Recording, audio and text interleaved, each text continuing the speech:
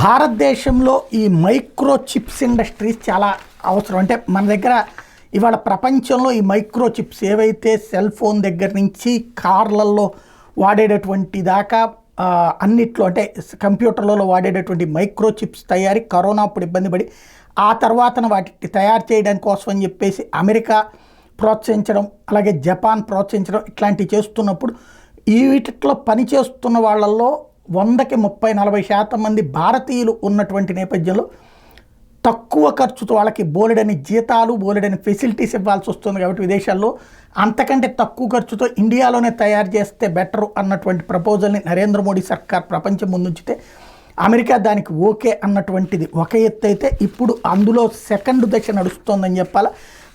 ఈ కంపెనీలు జపాన్కి సంబంధించినటువంటి కంపెనీలు ఇండియాకి రావడానికి ముందుకు వస్తున్నాయి.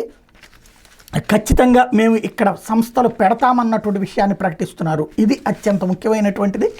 మైక్రో చిప్స్ అన్నటువంటి కంపెనీలు ఇండియాకి రావడానికి భారీ ఎత్తున ముందుకు వస్తూ ఉండటం అన్నటువంటిది అత్యంత ప్రధానమైనటువంటి అంశం అవుతుంది. దీనికి ఇక్కడ ఉన్నటువంటి ఇప్పటికే గుజరాత్ కావచ్చు, ఆంధ్రప్రదేశ్లో లోకేష్ గారు వాళ్ళకి పిలుపునిచ్చారు, అలాగే కర్ణాటక పిలుపునిచ్చింది, తెలంగాణ పిలుపునిచ్చింది. ఎక్కడ పెట్టాలి అన్నటువంటి దాని మీద అడుగు వేయడానికి సిద్ధపడుతున్నారు. రాబోయేటటువంటి రోజుల్లో వేగంగా ఈ అందుబాటులోకి వచ్చే అవకాశం అయితే ఉంది.